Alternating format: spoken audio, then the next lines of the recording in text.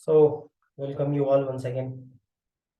आज हम chapter number 18 की शुरुआत करेंगे और काफ़ी दिलचस्प चैप्टर है। जैसा कि हम जानते हैं कि 30 दिसंबर 2010 को श्री कृष्णा कमेटी ने अपनी रिपोर्ट को पेश की थी। अपने रिकमेंडेशंस पेश किए थे। 9 चैप्टर्स में 8 चैप्टर को सीक्रेट रखा गया था, वो हमने देखा तफसील। 505 पेजेस की रिपोर्ट थी। बहरहाल, तो श्री कृष्णा कमेटी अपॉइंट हुई थी 3 फरवरी 2010 को। फिर 30 फरवरी 2010 को उन्होंने रिपोर्ट पेश की। उसके बाद 6 जनवरी 2011 को तमाम सियासी पार्टियों की मीटिंग कैसे दिल्ली में मुनक्किद की गई थी। टीआरएस बीजेपी वहां पर नहीं गई, प्रोटेस्ट किया है, टीडीपी वहां पर नहीं गई थी,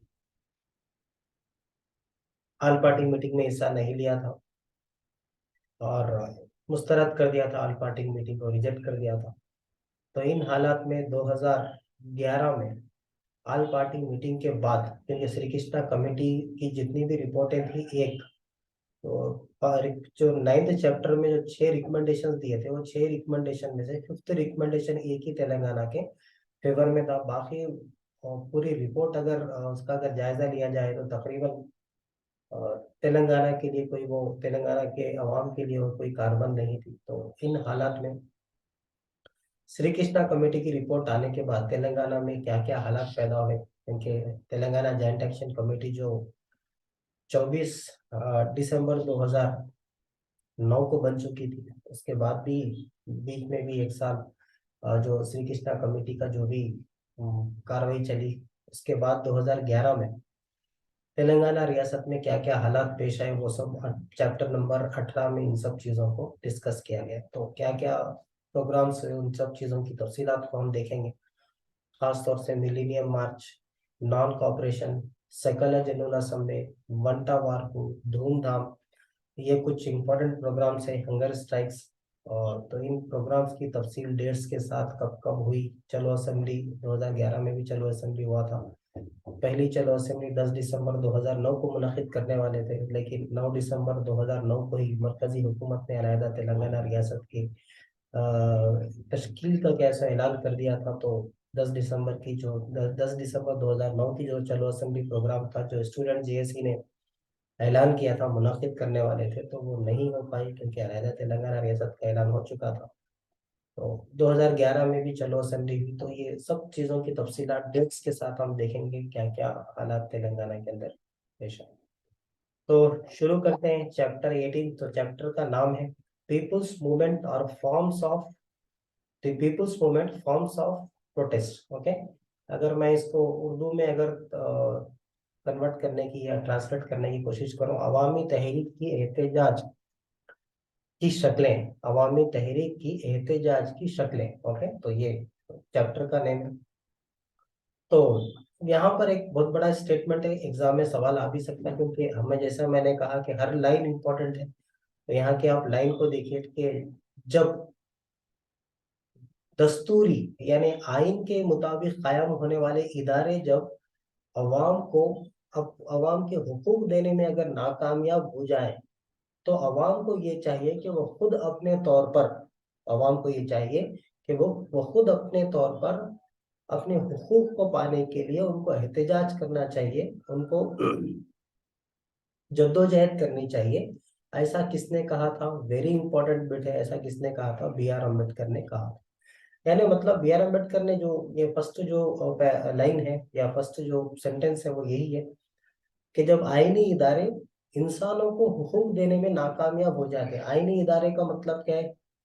आईनी तौर पर यानी दस्तूर के मुताबिक बनने वाले इदारे, जैसा मरकजी हुकूमत 5th चैप्टर आर्टिकल 52 से 151 पूरा मरकजी हुकूमत के बारे में। और उसी तरीके से रियासती हुकूमत आर्टिकल 152 से लेकर 237 पूरा रियासती, ये पूरे आईनी इदारे हैं। या दिगर भी जो आपके कॉन्स्टिट्यूशनल बॉडीज रहते हैं, वो पॉलिटी में हम उसकी तफसील पढ़ते रहते हैं। तो ये जब आईनी इदारे जब इंसानों को अपने हुकूक देने में नाकामयाब हो जाते हैं, तो लोगों को खुद अपने तौर पर चाहिए कि वो जद्दोजहद करें, एहतजाज करें अपने हुकूक को पाने के लिए। ऐसा बी आर अम्बेडकर ने कहा था। वेरी इंपॉर्टेंट लाइन है। मैं इंग्लिश में एक बार पढ़ देता हूँ। सेम लाइन देखिए किसने कहा, सवाल पूछा जा सकता। या आप ग्रुप वन भी अगर प्रीलिम्स क्वालिफाई कर गए उर्दू के खास तौर से स्टूडेंट्स, तो ये सब चीजें आपको मदद करेंगी मेंस के एग्जाम में। When the constitutional institution fails to implement or enforce the people's right, the people themselves should agitate and struggle for their rights so as to protect themselves, said B.R. Ambedkar. Okay, very important line है बराबर। उसके बाद जो बयान जो आया, उसके बाद ये कहा जा सकता है कि ये जो बयान है, जो B.R. अम्बेडकर ने ये जो बयान दिया, अलहदा तेलंगाना रियासत की जद्दोजहद और अलहदा तेलंगाना रियासत की मांग को लेकर जो भी चीजें चली, उन चीजों के जिमन में ये बयान काफी अहम रखता। क्यों? क्योंकि लोगों की मांग यही थी कि अलहदा तेलंगाना रियासत दे देनी चाहिए, होनी चाहिए। और आईनी इदारे यानी मरकजी हुकूमत और खासतौर से यहाँ पे तो साफ तौर पे नहीं कहा गया कि आईनी इदारे किसको, यहाँ पे साफ नहीं, मतलब ये मरकजी हुकूमत और रियासती हुकूमत काफी लापरवाही से बिना किसी या लोगों की मंशा की, लोगों की इच्छा की परवाह करते हुए किसी किस्म की परवाह नहीं की थी। तो इन हालात में तो ये जो बयान B.R. अम्बेडकर का है अलहदा तेलंगाना की तहरीक में काफी कैसो अहमियत रखता डॉक्टर B.R. अम्बेडकर का ये बयान। तो जो अलहदा तेलंगाना रियासत को लेकर तकरीबन लोगों के अंदर एक जो यानी जो जद्दोजहद चली, तकरीबन 60 साल पुराना, 6 डिकेड्स ओल्ड, 60 साल पुरानी जद्दोजहद ये चल रही थी। तो इन जिमन में इस ख्वाहिश को पूरा करने के लिए जैसा हमने देखा ऑनरेबल KCR साहब ने अपनी हंगर स्ट्राइक की थी, फिर स्टूडेंट्स ने भी कैसे एहतजाज किए थे, एम्प्लॉयज ने तो तमाम खवातीन ने, लॉयर्स ने, तमाम आम जनता ने सब मिलकर कैसो अपने तौर पर कैसो मुजाहरे इन्होंने किए थे अलहदा तेलंगाना रियासत की मांग को लेकर। इन हालात में सेंट्रल गवर्नमेंट यानी मरकजी हुकूमत के ऊपर काफी दबाव आया और फाइनली उन्होंने एक ऐलान किया कि हम अलहदा तेलंगाना रियासत की तश्कील जल्दी हम इसकी कार्रवाई शुरू करेंगे। ऐसा उन्होंने 9 दिसंबर 2009 को यह ऐलान किया था। इसमें कुछ चीजें दोहराई गई तो मैं फास्ट तेजी से जरा चला जाऊंगा। तो जैसे ही ये मरकजी हुकूमत का 9 दिसंबर 2009 को कैसे ये ऐलान आया, पूरा तेलंगाना एक जश्न के माहौल में आ गया था अनाउंसमेंट के बाद, ऐलान के बाद। और काफी सालों की इनकी जो उमंग यानी जो एक सालों से जो एक ख्वाहिश थी वो पूरी होने जा रही थी। लेकिन ये जश्न कुछ ही पल का रहा। अभी जश्न मना ही रहे थे कि सीमा आंध्रा के जो लोग थे यानी जो सियासतदान थे, इन्होंने अपने पार्टीज जिस जिस पार्टी के तहत ये काम करते थे उन पार्टीज की जो नजरियात को भी परवाह ना करते हुए पूरे TDP और कांग्रेस और PRP ये सब पार्टीज की MLA और कायदीन, सियासी कायदीन, ये सब लोगों ने एक जगह अपनी एकजुटती दिखाई, यूनिटी दिखाई और इन्होंने राजीनामा यानी इस्तीफा दिया अपने ओहदों से। और तेलंगाना की उस वक्त मुत्तहदा आंध्र प्रदेश के अंदर उन्होंने एक सियासी बहरान या एक आईनी बहरान या जिसको कॉन्स्टिट्यूशनल क्राइसिस या पॉलिटिकल क्राइसिस थी वो उन्होंने हालात पैदा कर दी।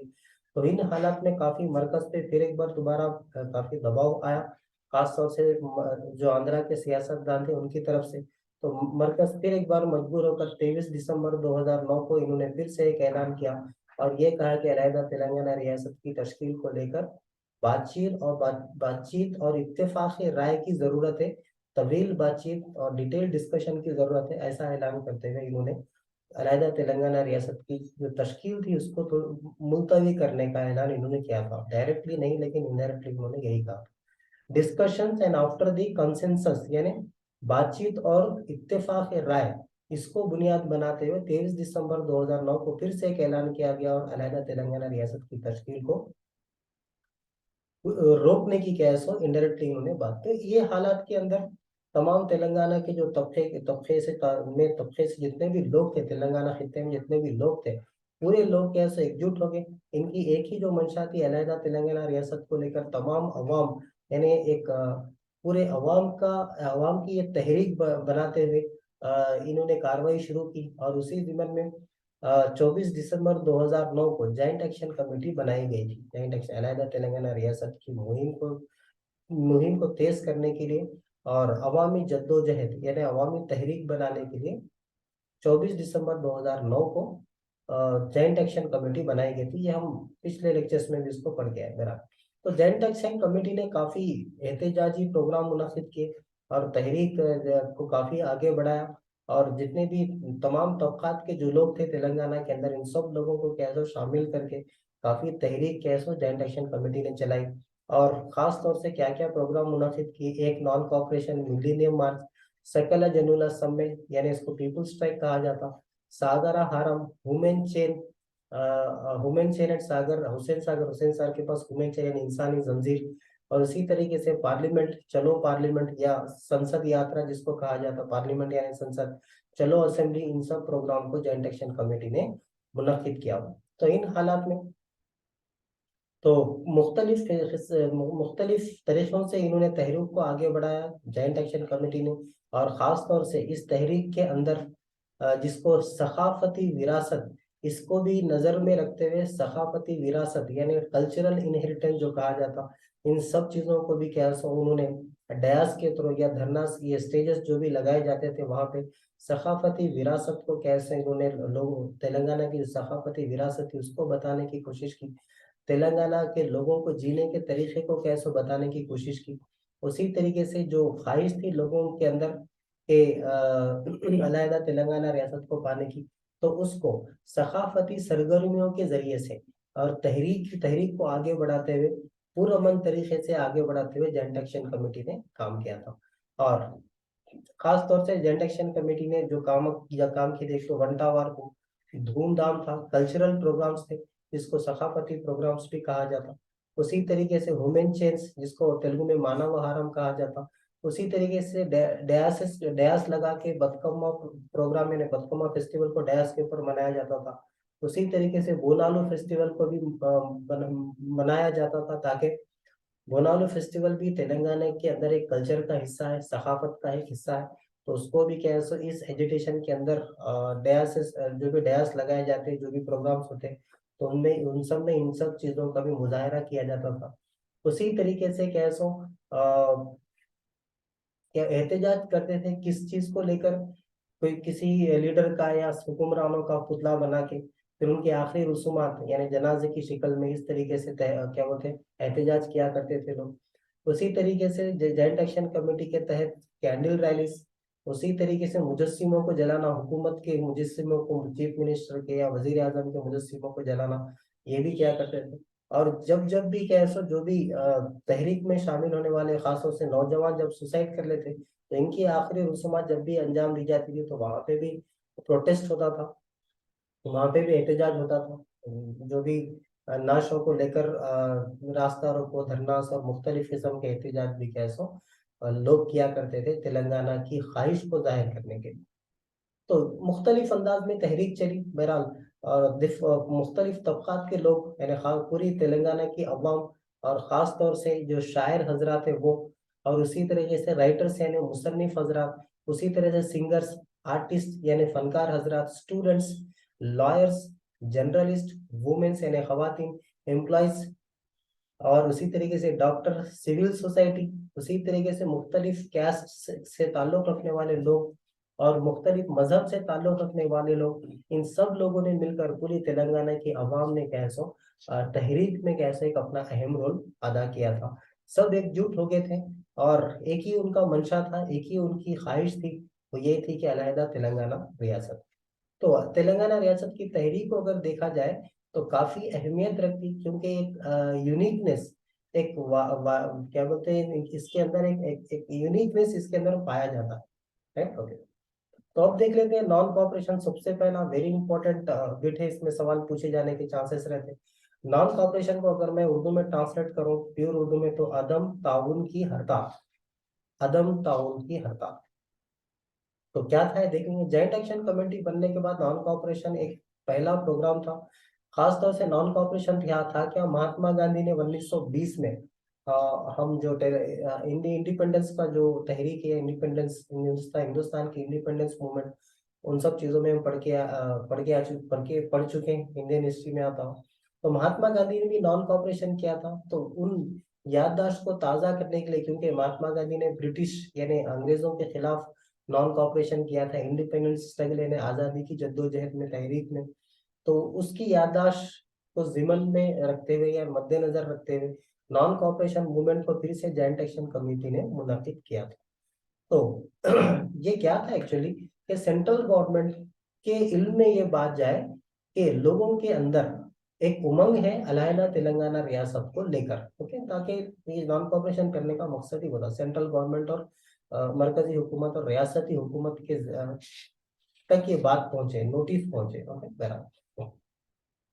तो ये जो नॉन कॉपरेशन था, तो इसमें क्या था एक्चुअली कि मरकजी हुकूमत को और रियासती हुकूमत को किसी किस्म का ताउन नहीं किया जाएगा, और ख़ास तौर से गवर्नमेंट एम्प्लॉइज अपनी ड्यूटीज़ पर नहीं जाएंगे और पूरी तरीके से एडमिनिस्ट्रेशन को ठप कर देंगे, ऑफिशियल ड्यूटीज़ में के लिए वो नहीं जाएंगे, पूरी तरह हुकूमत की जो कारकर्दगी को ठप करेंगे और हुकूमत को हेल्पलेस कर देंगे। क्योंकि हुकूमत बैक वक्त हज़ारों एम्प्लॉइज अगर स्ट्राइक पे चले गए तो हुकूमत एक ही दिन में क्या है सो पूरे एम्प्लॉयज को फंड नहीं कर सकती या टेम्पररी एम्प्लॉयज भी नहीं ला सकती, और सरकारी कारकर्दगी अगर नहीं चली तो फिर काफी हुकूमत के लिए मसाइल पैदा होते हैं। तो इस उन्वान को मद्देनजर रखते हुए जॉइंट एक्शन कमेटी को, सॉरी, नॉन कॉपरेशन मूवमेंट को जॉइंट एक्शन कमेटी ने मुनाफिद किया था।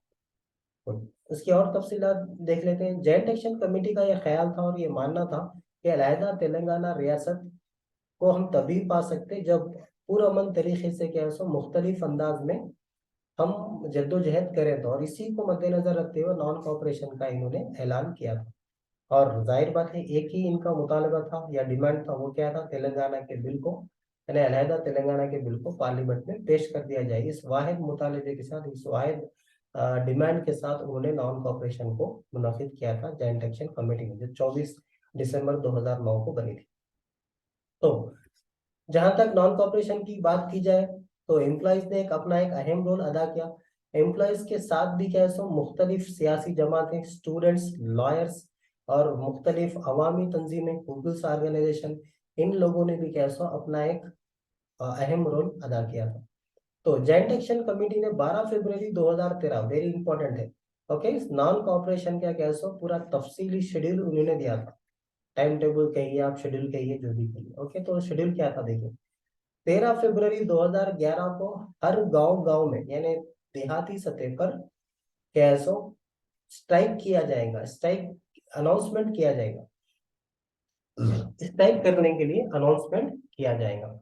और यहाँ पे 13 फरवरी फिर से डबल आ गया, तो 14 फरवरी की बात मैं करता हूँ। यहाँ पे नीचे लिखा मैं, अगर आपको दिख रहा होगा तो 14 फरवरी 2011 को तमाम असेंबली हलकों के अंदर रैलीज मुनक्कद की जाएंगी, ये शेड्यूल था। और 15 फरवरी 2011 को जेल भरो प्रोग्राम। 16 फरवरी 2011 को धरनास किए जाएंगे, कहाँ पे, एमएलएस और एमपीस के घरों के सामने। और उतना ही नहीं, कांग्रेस, खास तौर से कांग्रेस और टीडीपी के जो अरकान थे, जो कायदीन थे, उनको मजबूर किया जाए कि तेलंगाना की जद्दोजहद में वो शामिल हो, क्योंकि वो किसी तरीके से ना ही इस्तीफा दे रहे थे। बहरहाल जो भी हालात थे, हम कई बार इसको पढ़ चुके हैं। बहरहाल 17 फरवरी 2011, very important bit, non cooperation शुरू हुआ था। देखिए ना, ये ऊपर नॉन कॉपरेशन की शुरुआत करते हुए ऊपर तो सिर्फ एक सपोर्टिंग प्रोग्राम्स थे, लेकिन नॉन कॉपरेशन असल में जो शुरू हुआ था वो 17 फरवरी 2011 को नॉन कॉपरेशन शुरू हुआ था। तो इस नॉन कॉपरेशन प्रोग्राम के तहत एम्प्लॉयज ने 17 फरवरी को क्या है रैलीज मुनक्कद किए थे। 18 फरवरी को सेंट्रल गवर्नमेंट के ऑफिसेस के सामने इन्होंने धरना दिया था, जॉइंट एक्शन कमेटी और एम्प्लॉयज ने। 19 फरवरी 2011 को रास्ता रोको किया, नेशनल हाईवे नंबर 9 में, क्या 9 में रुकावटें डाली, पूरी ट्रैफिक को रोक दिया, धरनास किए, रास्ता रोको किया। उसी तरीके से वॉक फॉर तेलंगाना ये प्रोग्राम को भी मुनक्किद किया, लेकिन देहाती सतह पर ड्रम्स को बजाना, यानी जो ढोल रहे थे उसको बजा के क्या है एहतजाज करना। ओके, लेकिन सिटीज यानी शहरों की तबके, शहरों में क्या होगा, वॉक फॉर तेलंगाना होगा, और देहाती सतह पर ड्रमों को बजाया जाएगा, ना ढोलों को बजाया जाएगा, ऐलान किया जाएगा। 22 फरवरी को टोटल बंद, पूरी तरीके से तेलंगाना को बंद, ये मुनाकिद किया जाएगा, ये शेड्यूल था। और 17 फरवरी 2011 से ही नॉन कॉपरेशन शुरू हो गया था। वेरी इंपॉर्टेंट बिट पूछा जा सकता, नॉन कॉपरेशन कब से मुनाकिद किया, और जॉइंट एक्शन कमेटी का सबसे पहला प्रोग्राम क्या है, नॉन कॉपरेशन, डेफिनेटली। तो ठीक है, तो काफी तफसील से हम देख चुके हैं। तो उसके बाद क्या हुआ देख लेते हैं। अब नॉन कॉपरेशन मूवमेंट शुरू हो चुका था, तो क्या क्या हुआ देंगे। जैसा अभी मैंने कहा 11 फरवरी 2011 को पूरे तेलंगाना खत्ते के अंदर नॉन कॉपरेशन शुरू हो चुका था। 3 लाख जो उस वक्त जो सरकारी मुलाजिमीन थे, उन लोगों ने हिस्सा लिया था। अटेंडर से लेकर छोटे तबके से लेकर हायर रैंक ऑफिसर तक कैसे इन्होंने नॉन कॉपरेशन के अंदर हिस्सा लिया था, नॉन कॉपरेशन एजुकेशन के अंदर। और तेलंगाना जॉइंट एक्शन कमेटी ने ये कहा था कि नॉन कॉपरेशन ओके कंटिन्यू रहेगी, ओके इंडेफिनेटली कैसे कंटिन्यू रहेंगी, और मुख्तलिफ तरीकों से कैसे एहतजाज स्ट्राइक्स किए जाएंगे, ये ऐलान किया गया था। और वो क्या क्या थे देखिए, नॉन कॉपरेशन के अंदर मुख्तलिफ तरीकों से एहतजाज किया गया था। एक, मुलाजिमीन अपनी ड्यूटीज को नहीं जाएंगे, ऑफिस नहीं जाएंगे, और टैक्सेस को नहीं पे किया जाएगा, गवर्नमेंट को किसी किस्म का टैक्स पे नहीं किया जाएगा, गवर्नमेंट के बसेस में बिना टिकट के कैसे सफर किया जाएगा, और रैलीज मुनक्किद किए जाएंगे, पूरे रोड्स को ब्लॉक कर दिया जाएगा, रोड पे लोग बढ़ जाएंगे, ओके हाईवेज को ब्लॉक कर दिया जाएगा। और उसी तरीके से कैसो ये जो खासतौर से नॉन कॉपरेशन जो शुरू हुआ उसमें स्टूडेंट्स, लॉयर्स और खवातीन, उसी तरीके से सियासी पार्टियां, उसी तरीके से अवामी तंजीमें, इन सब लोगों ने कैसे एक अपना अहम रोल अदा किया था और तमाम प्रोग्राम्स में इन्होंने शिरकत की। तेलंगाना की जो कांग्रेस, सॉरी तेलंगाना के खित्ते से ताल्लुक रखने वाले एमएलए, चाहे वो कांग्रेस के रहो, टीडीपी के रहो, या किसी भी पार्टी के रहो, ये 17 फरवरी 2011 उस वक्त कैसो असेंबली का बजट सेशन चल रहा था, 2011 का असेंबली का बजट सेशन चल रहा था। तो इन्होंने गवर्नर्स की स्पीच, जब भी बजट सेशन होता तो गवर्नर की स्पीच होती, तो गवर्नर की स्पीच के अंदर कैसे इन्होंने खलल डाली थी, डिस्टर्ब किया था गवर्नर की स्पीच को। उसी तरीके से नॉन कॉपरेशन के तहत स्टूडेंट्स ने चलो असेंबली का भी कैसा ऐलान किया था, कौन से दिन, 21 फरवरी 2011 को स्टूडेंट्स ने चलो असेंबली का ऐलान किया, और लायर्स ने चलो राजभवन का ऐलान किया। मतलब 21 फरवरी 2011 को स्टूडेंट्स असेंबली का घेराव करने वाले थे और लायर्स राजभवन का घेराव करने वाले थे। तो इन हालात में जाहिर बात है पुलिस भी क्या है सो काफी अपने कड़े इंतजाम करेंगी, उनके ऊपर क्या भी रिस्ट्रिक्शंस, काफी पाबंदियां उनके ऊपर लगाएंगी, ताकि स्टूडेंट्स को रोका जा सके असेंबली तक जाने के लिए, और लॉयर्स को रोज को रोका जा सके, राजभवन तक का घेराव करने से उनको रोका जा सके। लेकिन स्टूडेंट्स और लॉयर्स कामयाब रहे, राजभवन का घेराव उन्होंने किया, स्टूडेंट्स भी किसी हद तक कामयाब रहे, चलो असेंबली को उन्होंने मुनक्किद किया था। तो उसी दिन, यानी किस दिन की बात चल रही है, 21 फरवरी 2011 को पार्लियामेंट का सेशन भी चल रहा था, उधर पार्लियामेंट में बजट सेशन चल रहे, तेलंगाना की एमपी, चाहे वो कांग्रेस के रहो, टीआरएस के रहो, टीडीपी के रहो, किसी भी पार्टी से ताल्लुक रखते हो, उन सब एमपीज ने मिलकर जय तेलंगाना, जय जय तेलंगाना के स्लोगन्स, नारे कैसे उन्होंने पार्लियामेंट के अंदर लगाए, क्योंकि उस वक्त प्रेसिडेंट की स्पीच भी चल रही थी, पार्लियामेंट में भी प्रेसिडेंट की स्पीच चल रही थी, तो उधर प्रेसिडेंट की स्पीच में भी एमपीज ने, तेलंगाना के एमपीज ने जय तेलंगाना के नारे लगाए, ताकि सब लोगों का कैसा ध्यान, यानी सब लोग, यानी हिंदुस्तानी सतह पर लाइव टेलीकास्ट होता, हिंदुस्तानी सतह पर भी मालूम हो जाए कि लोग तेलंगाना को चाह रहे हैं। एमपी जब आवाज लगाएंगे तो जाहिर बात है वो आवाम की तरफ से भी आवाज लगाएंगे। तो काफी शिद्दत तेलंगाना तहरीक में पैदा हो चुकी थी, और सेंट्रल गवर्नमेंट, सेंट्रल गवर्नमेंट तक ये बात पहुंचाना था कि तेलंगाना में शिद्दत फिर से, यानी अलहदा तेलंगाना रियासत की तहरीक में फिर से शिद्दत आ चुकी है। ओके, तो बहरहाल इन हालत के अंदर 22 फरवरी 2000, यहाँ पे ईयर नहीं दिया गया, मैं ईयर लिख देता हूँ, 2011। ओके, तो 21 फरवरी की बात होगी। 22 फरवरी 2011 को 48 घंटे का बंद जेएसी ने ऐलान किया था, और पूरा तेलंगाना बंद होगा। और इस बंद के अंदर तकरीबन, ओके इस बंद के अंदर तकरीबन अगर जायजा लिया जाए तो पूरे जो जायजा अगर लिया जाए, मैं कलर चेंज करता हूँ, तो पूरे जो स्टूडेंट्स की जो तंजीमें थी, एम्प्लॉयज की जो तंजीमें थी, उसी तरीके से अवामी जो तंजीमें थी, इन सब लोगों ने हिस्सा लिया था पहले दिन, यानी 22 फरवरी 2001 को, और 2011 सॉरी, तो 22 फरवरी 2011 तक पूरे तेलंगाना में पूरे 10 अजला पूरी तरीके से बंद थे। उस वक्त 10 अजला थे, अब तो खैर 33 है, वो अलग बात है। तो पब्लिक ट्रांसपोर्ट यानी बसेस, और जहाँ हर जगह हर चीजें, यानी बसेस पूरी जगह चक्का जाम हो चुका था, ट्रेन पूरी तरीके से रुक चुके थे। और फिर से 23 फरवरी 2011 को फिर से पार्लियामेंट में क्या अलहदा तेलंगाना को रियासत को लेकर फिर से जय तेलंगाना की आवाजें गूंज उठी, पूरा पार्लियामेंट क्या फिर से एक बार उसमें हंगामा पैदा हो गया था। उसी तरीके से सेम लोकसभा के अंदर भी टीआरएस, कांग्रेस और बीजेपी से तेलंगाना से ताल्लुक रखने वाले टीडीपी के जो अरकान थे, इन लोगों ने भी क्या काफी नारे लगाए अलहदा तेलंगाना रियासत को लेकर, जय तेलंगाना रियासत के नारे लगाए। और लोकसभा की जो कार्रवाई थी उसमें रुकावट डाली इन्होंने, और उस वक्त लोकसभा 3 बार क्या है सो मुलतवी कर दी गई थी। किस दिन की बात है ये? 23 फरवरी। ओके बराबर। 25 फरवरी के दिन फिर से एक बार पार्लियामेंट में वही तेलंगाना को लेकर फिर से नारेबाजी हुई, और अलहदा तेलंगाना रियासत को लेकर काफी शिद्दत से क्या है सो मांग की गई। 25 फरवरी 2011 की बात है, यहाँ ईयर नहीं लिखा गया, मैं लिख देता हूँ।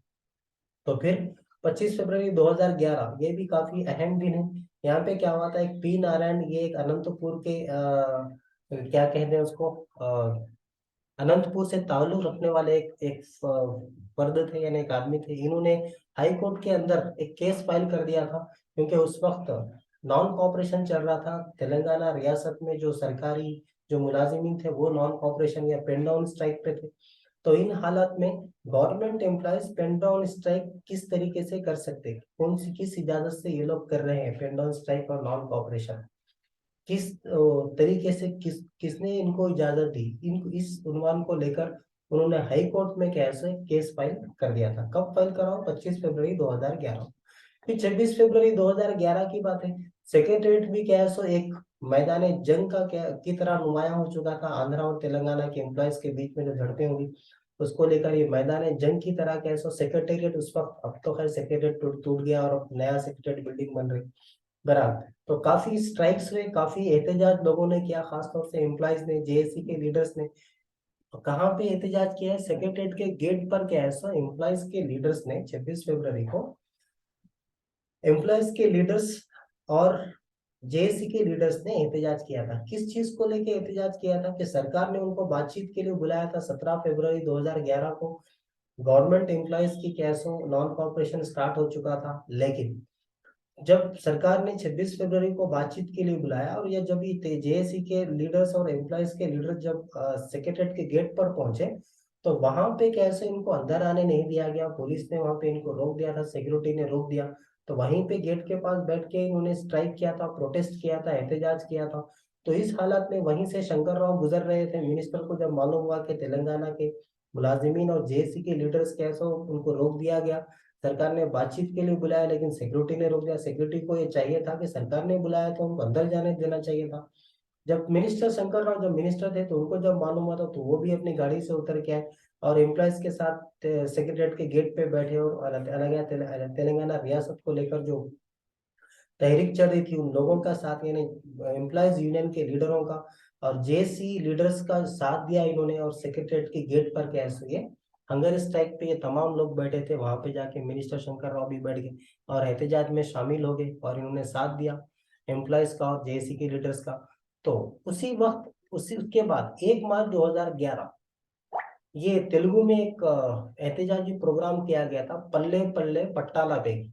मतलब क्या बोले तो पूरे गांव रेलवे ट्रैक्स पर आ जाएंगे। मिसाल के तौर पे सपोज ये तेलंगाना से रेलवे ट्रैक गुजर रही है साउथ इंडिया, ये नॉर्थ इंडिया से आके साउथ इंडिया कनेक्ट होती, तेलंगाना से गुजरती। ओके, तो ये रेलवे ट्रैक के आसपास के जितने भी गांव होंगे, जाहिर बात है कई गांवों के आसपास से कैसे रेलवे ट्रैक गुजरती, तो ये पूरे देहात के लोग, ये जो गांव के लोग, जो विलेजेस के जो लोग हैं, वो पूरे आके ये रेलवे ट्रैक के ऊपर बैठ जाएंगे। ये प्रोग्राम मुनक्किद किया था। किसने मुनाफिक किया था? ये जेएसी ने मुनाफिक किया था। ये इसका ऐलान किया था कि ऐसा करें। इसको जो ये प्रोग्राम का ही नाम था village village into rail track, यानी एक्चुअली वो तेलुगु में था, उसमें यहाँ पे इंग्लिश में लिखा गया तो सही ट्रांसलेशन के वर्डिंग नहीं जम पाए। लेकिन तेलुगु में अगर वो कहा जाए तो पल्ले पल्ले पट्टाला पैकी, पल्ले पल्ले मतलब विलेज, पल्ले मतलब विलेज को बोलते हैं, पट्टाला वो तो रेलवे ट्रैक को कहा जाता। तो पैकी मतलब रेलवे ट्रैक के ऊपर पूरे गांव के लोग आ जाना। ओके, ये प्रोग्राम मुनक्किद किया था पॉलिटिकल जेएसी ने 1 मार्च 2011 को, तो ताकि पूरे ट्रेन रुक जाए। ओके, और इंडिया स्टेट के अंदर, रियासत के अंदर भी कई ट्रेन चलती, रियासत के अंदर ही जैसे कुछ ट्रेन से हैदराबाद से लेके खम्मम तक चलेंगी, या मंचिरियाल से लेके आदिलाबाद, स्टेट के अंदर की जो ट्रेन है वो भी रुक गई थी, और दिगर दूसरे स्टेट से आने वाली ट्रेन वो भी रुक गई थी। और नॉर्थ इंडिया से और साउथ इंडिया कनेक्शन रुक गया था। क्यों? क्योंकि सपोज ये पूरा ट्रैक के ऊपर लोग बढ़ गए, अब ये तेलंगाना है तो यहाँ से नॉर्थ इंडिया से ट्रेनें पास होकर इधर जाए, तो ये ट्रेन को अगर ब्लॉक कर दी, ये ट्रैक को अगर ब्लॉक कर दिया, तो यहाँ के ट्रेन यहीं रुक गए, यहाँ के ट्रेन यहीं रुक गए। तो पूरा कनेक्शन ही खत्म हो गया था नॉर्थ इंडिया और साउथ इंडिया से उस दिन।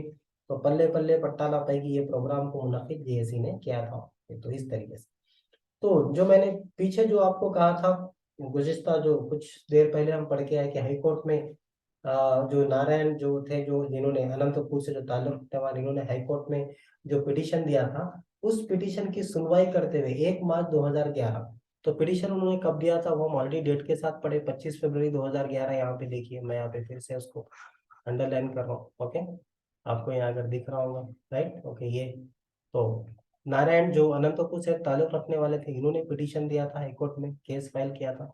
तो उस पिटीशन की सुनवाई करते हुए 1 मार्च 2011 को सरकारी यानी सरकार को, यानी रियासती सरकार को और मुलाजिमीन की जो तंजीमें थी उनको हाई कोर्ट ने नोटिस जारी किया था कि आप काउंटर दाखिल करें, आप अपना जवाब दें। तो बहरहाल ये 1 मार्च 2011 की बात है।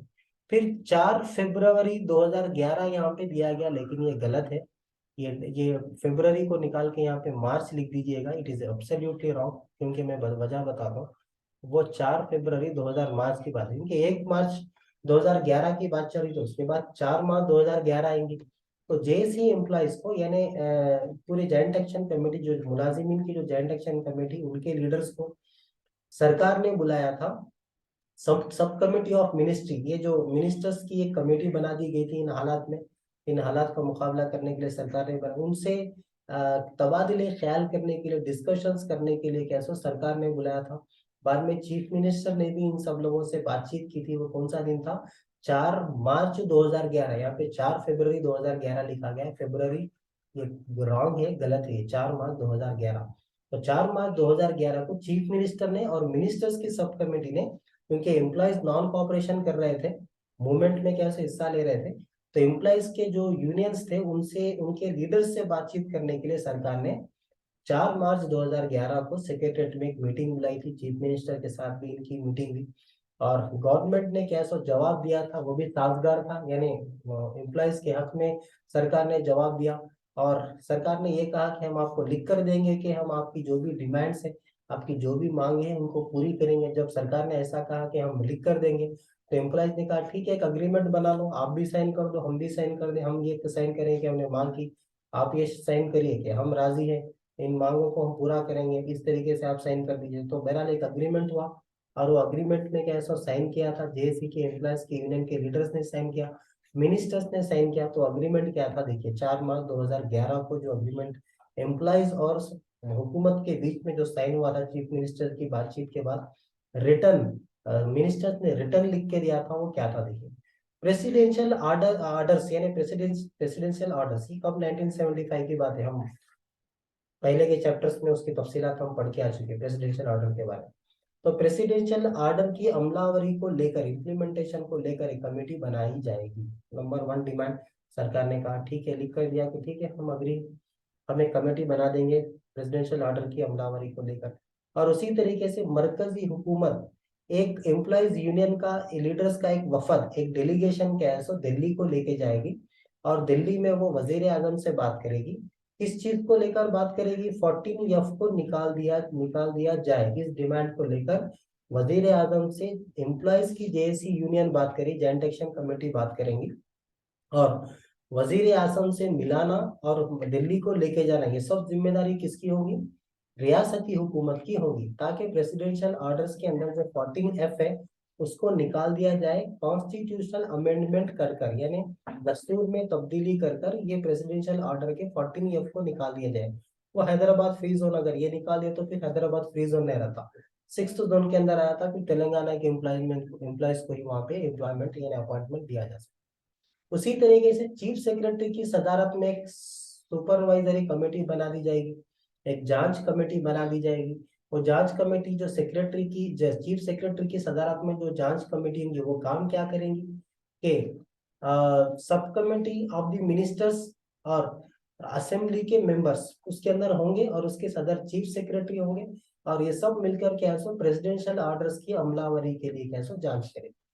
चीफ सेक्रेटरी की सदारत में प्रेसिडेंशियल ऑर्डर की अमल को लेकर जांच करने के लिए कमेटी बनाई जाएगी। सरकार ने कहा ठीक है, साइन कर दिया, हम मानते हैं, बना के देंगे। और उसी तरीके से प्रेसिडेंशियल ऑर्डर्स के तहत, ओके, तेलंगाना के लोगों को कोटा दिया जाएगा स्टेट लेवल ऑफिस में। वो कहते हैं 42%, पहले कोई कोटा बिठाने होता था। 90% आंध्रा के होते थे और 10% तेलंगाना के होते थे। तो जितने भी स्टेट लेवल ऑफिसेस हैं या डिपार्टमेंट के हेड के, जो तेलंगाना के हैदराबाद में जो हेड ऑफिसेस हैं और तेलंगाना डिस्ट्रिक्ट्स में जो ताल्लुक रखने वाले लोगों को तकरीबन कोटा दिया जाएगा एम्प्लॉयमेंट के अंदर। तो वो बात भी इन्होंने डिमांड रखी, सरकार ने कहा ठीक है, लिख कर देते हैं, ठीक है, हम अमल करेंगे। उसी तरीके से लोकल कैंडिडेट्स को क्या बोलते हैं प्रेफरेंस देंगे। अब किसके अंदर, आउटसोर्सिंग अपॉइंटमेंट्स के अंदर भी कैसे तेलंगाना के लोगों को ही लिया जाना चाहिए, ये डिमांड भी की। सरकार ने कहा ठीक है, हम लिख के देते हैं। उसी तरीके से अपॉइंटमेंट्स के अंदर जो सेक्रेटेरिएट के अंदर भी कैसे कोटा, फेयर शेयर मतलब कोटा वही 42% वाला, 42 या जितनी भी वो परसेंटेज डिमांड करेंगे। 50 से ज्यादा तो कर नहीं सकते क्योंकि उधर 13 डिस्ट्रिक्ट, इधर 10 डिस्ट्रिक्ट, तो 42% ही था। तो 42% सेक्रेटेरिएट में भी कैसा तेलंगाना के मुलाजिमीन होंगे।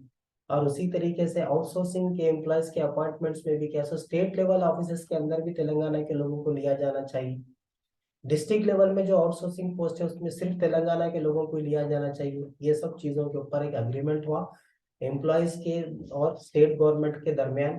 चीफ मिनिस्टर और मिनिस्टर्स की कमेटी ने, सब कमेटी ने कैसे उस पर हस्ताक्षर किए, एम्प्लॉयज के लीडर्स भी हस्ताक्षर किए। तो फाइनली अग्रीमेंट साइन होने के बाद 5 मार्च 2011 को नॉन कॉपरेशन मूवमेंट को एम्प्लॉयज ने रोक दिया। अब वेरी इंपॉर्टेंट मिलीनियम मार्च। अब ये मिलीनियम मार्च क्या है वो भी देख लेते हैं। तो ये मिलीनियम मार्च को जहां तक देखा जाए तो अलहदा तेलंगाना रियासत की जो तहरीक थी उसमें भी एक अहम मुकाम रखता है। और ये लोग, जो जॉइंट एक्शन कमेटी ने जो मिलीनियम मार्च को जो प्लान किया था, इस चीज को देखकर किया था। एक मार्च हुआ था तहरीक चौक के नाम से इजिप्ट में, उसको मद्देनजर रखते हुए जेएसी ने क्या है मिलीनियम मार्च का ऐलान किया था। तो तो केसीआर साहब एक्चुअली मिलीनियम मार्च को इन्होंने अनाउंस किया था। किस दिन मिलीनियम मार्च होने वाला था? 10 मार्च 2011 को।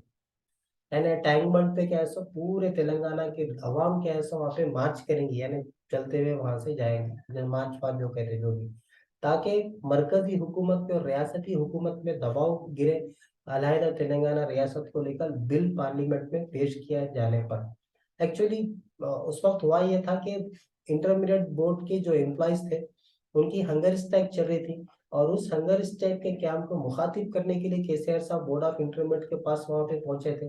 और वहां से उन्होंने उस मीटिंग से ऐलान किया कि 10 मार्च 2011 को क्या होगा, मिलीनियम मार्च होगा। क्योंकि उस वक्त एग्जाम्स चल रहे थे तो टीजेएसी तेलंगाना जॉइंट एक्शन कमेटी ने ऐलान किया कि 1 बजे से लेकर 4 बजे के बीच में हो। क्यों? क्योंकि उससे पहले तो एग्जाम खत्म हो जाएंगे। तो गवर्नमेंट ने भी क्या किया, जाहिर बात है गवर्नमेंट अपना एक्शन बताएगी। तो पुलिस को उन्होंने वहां पे लगा दिया था, तैनात कर दिया था मिलीनियम मार्च को रोकने के लिए कि 144 सेक्शन लगा दिया। पूरे हैदराबाद में क्या है जहां बने कर्फ्यू का आलम, पूरी फेंसिंग कर दी गई। और पूरे अरे क्या बोलते हैं आयरन फेंसिंग, वो जो तार के जो क्या बोलते हैं तेज धार जो नोकीले जो रहते हैं, ताकि लोग कोई फान कर जिस इलाके को रोकना चाह रहे हैं टैंक बंद के अतराफ को लगा दिए गए थे ताकि लोग कहीं से आ ना सके। टैंक बंद पे बैरिकेड्स लगा दिए थे। उसी तरीके से पूरी तेलंगाना से हैदराबाद को आने वाले रास्तों पर क्या बोलते हैं बैरिकेड्स लगा दिए। रोडों को रोक दिया गया था, रोडों को बंद कर दिया गया था, पूरे ट्रेन को कैंसिल कर दिया गया था। तेलंगाना में उस दिन पूरे ट्रेन 10 मार्च 2011 को पूरे ट्रेन कैंसिल कर दिए गए थे ताकि मुख्तलिफ मुख्तलिफ अजला से ट्रेन जो हैदराबाद को आते थे वो ना आ सके और लोग क्या है मिलीनियम मार्च में शिरकत ना कर सके। इस उन्वान को लेकर पूरे ट्रेन रोक दिए गए थे। और पूरे टैंक बंड पे अगर देखें तो काफी तनाव का माहौल देखा गया था और काफी सरगर्माहट वहां पे देखी जा रही थी। तो बहरहाल इतनी पाबंदियां होने के बाद भी जो तहरीक में जो हिस्सा लेने वाले जो लोग थे वो 1 बजे टैंक बंड पे पहुंच गए। हजारों की तादाद पे लोग वहां पे पहुंच गए थे टैंक बंड के ऊपर। पुलिस उनको रोक नहीं पाई। अब पुलिस क्या है तकरीबन बेबस क्या बोलते हो बेबस हो चुकी थी, कुछ कर नहीं पा रही थी। हजारों की तादाद में एजिटेटर्स, खासतौर से 3 बजे के टाइम पे और ज्यादा तादाद बढ़ गई थी। और जितने भी एजिटेटर्स थे यानी तहरीक में हिस्सा लेने वाले जो लोग थे, पहले ही काफी लोगों को अरेस्ट कर लिया गया था। तो इन लोगों ने डिमांड की कि जिनको अरेस्ट किया गया उनको छोड़ दिया जाए ताकि वो टैंक बंड में मिलीनियम मार्च में हिस्सा ले सके। तो उसी वक्त मधु याग्निक गौड़ उस वक्त निजामाबाद के एमपी हुआ करते थे। के केशव राव उस वक्त कांग्रेस के काफी सरगर्म, मैं समझता हूँ कि शायद पीसीसी प्रेसिडेंट भी उस वक्त थे। तो ये दोनों क्या है मिलीनियम मार्च में लोगों का साथ देने के लिए, तेलंगाना के लोगों का साथ देने के लिए वहां पे टैंक बंड पे पहुंचे। तो जैसा ही लोगों ने देखा, भागते हुए उनके पास गए और उनको क्या है एक तरीके से, क्योंकि काफी लोगों को गुस्सा था, एक तरीके से उनको क्या है काफी एक तरीके से एक सवालिया निशान उनके ऊपर खड़ा किया। वो क्या था कि क्यों आपने रेजिग्नेशन नहीं दिया? आप बिना रेजिग्नेशन देके मिलीनियम मार्च में आके, आपको चाहिए था कि आप इस्तीफा देके यहाँ पे आते और तेलंगाना के लोगों का साथ देते। बिना इस्तीफा दिए यहाँ पे लोगों का साथ देने के आपने काफी सवालिया निशान लोगों ने खड़ा की। एक तरीके से काफी शर्मिंदा भी हुए, मतलब जितने भी जो जो लोग वहाँ पे, शर्मिंदा किया इन लोगों को। बहरहाल, तो पुलिस और लोगों के बीच में भी काफी झड़पें हुई, काफी तनाव का माहौल देखा गया। और ये हालत पैदा हो गई थी कि काफी लोगों को गुस्सा आया। तो टैंक बंड के अंदर उस वक्त 32 स्टैच्यूज हुआ करते थे। तो और वो जितने भी स्टैच्यूज थे जो मुजस्सिमे थे, वो आंध्रा के लोगों से ताल्लुक रखने वाले थे, काफी अहम पर्सनालिटीज जो थे उनके मुजस्सिमे स्टैच्यूज वहां पे टैंक बंड में मुनक्किद किया था पिछली सरकारों ने, मुत्तहिदा आंध्र प्रदेश की सरकारों ने। तो उसमें से 16 स्टैच्यूज को क्या है तेलंगाना के एजुकेटर्स ने, वो जो 10 मार्च 2011 को जो मिलीनियम मार्च हुआ था, वो स्टैच्यूज को उन्होंने तोड़ के गिरा दिया था, क्योंकि वो आंध्रा से ताल्लुक रखने वाले अहम पर्सनालिटीज के क्या है वो स्टैच्यूज थे, मुजस्सिमे थे। अहम काफी इंपॉर्टेंट है। ये 16 को लेकर भी सवाल आया था, कितने स्टैच्यूज तोड़े थे उसको भी लेकर सवाल आया था। तो काफी जैसा मैंने पहले भी कहा था आपको, एक एक लाइन भी इंपॉर्टेंट है, every line is important. Okay, तो हर लाइन को गौर से देखना है उसका, और कोई हमारे हमारे पास उसका हल नहीं। तकरीबन ये कहा जाता है 30 या तकरीबन कुछ आसपास कैमरास जो थे ना, जो सीमांध्रा के जो मीडिया चैनल्स थे, न्यूज चैनल्स थे, वो भी वहां पे आ चुके थे। जाहिर बात है, कवरेज करेंगे तो जहाँ पे पब्लिक कम होगी तो उसको दिखाने के लिए थोड़ा सा शूट करेंगे, ऐसी हरकतें वो कर रहे थे। तो लोगों के अंदर काफी गुस्सा था। तो सीमांध्रा ने आंध्रा के जो मीडिया के जो कैमरामैन थे उनके पास से कैमरा और उन्हें खींचा। और ऐसा कहा जाता है कि तकरीबन 30 न्यूज चैनल्स के कैमरे वहां के लोगों ने गुस्से में खींचे। मिलीनियम मार्च में जिन लोग एहतजाज कर रहे थे, वो लोगों ने कैमरे खींचे और टैंक बंड में, हुसैन सागर में, वो पानी में उसको फेंक दिया कैमरा। ओके, तो ये भी यानी वीडियो कैमरेस और फोटो कैमरेस पूरे लेके इन्होंने हुसैन सागर के अंदर वो कैमरे 30 से 50 के आसपास कैमरेस को लेकर के ऐसे लोगों ने फेंक दिया। जाहिर बात है, बड़े मीडिया पर्सन जो क्या कर सकते, हवा में अगर आगे कैमरे खींच के फेंक दी तो they can not do anything, वो कुछ कर भी नहीं सकते। तो बहरहाल, सरकार ने भी काफी सख्त कार्रवाई की है मिलीनियम मार्च होने के बाद, क्योंकि जो भी वहां पे खासतौर से वो जो मुजस्सिमों को जो नुकसान पहुंचाया गया था, सरकार के अंदर भी काफी गुस्सा था।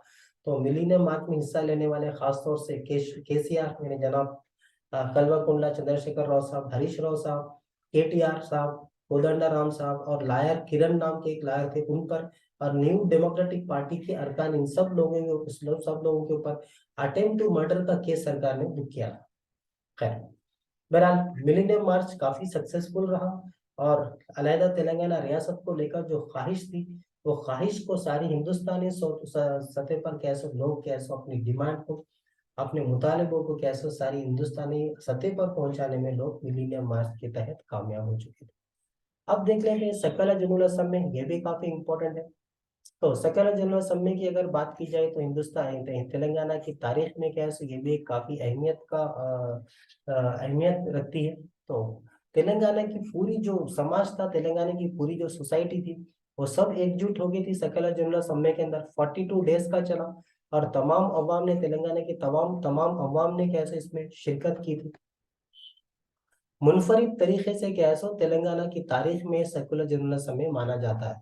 तो वो क्या था एक्चुअली सेकुलर जनरल असम्बली की अगर बात की जाए तो टीचर्स और एम्प्लॉयज ने 1969 और 70 का जो अलहदा तेलंगाना रियासत की जो तहरीक चली थी, उसमें भी क्या है टीचर्स और एम्प्लॉयज ने स्ट्राइक किया था, यानी सम्मे किया था, स्ट्राइक किया था।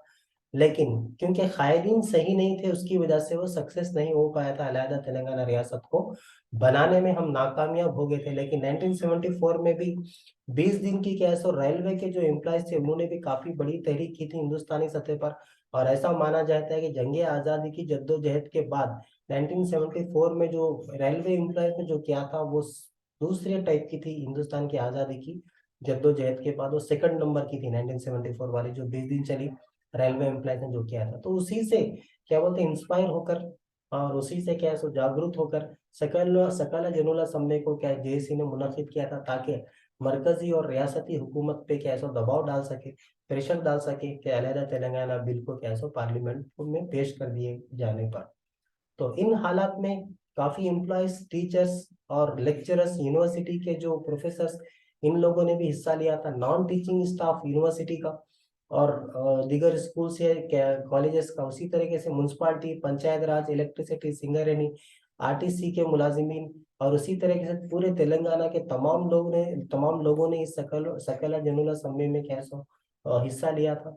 गवर्नमेंट एम्प्लॉयज, पूरे तबके के गवर्नमेंट एम्प्लॉयज ने कैसे इसके अंदर हिस्सा लिया था और डिफरेंट ग्रुप्स के लोगों ने सकला जनुला सम्मेलन में कैसे पूरे लोग स्ट्राइक पे चले गए थे। तो क्या था देखते हैं। 15 जुलाई 2011 की बात थी।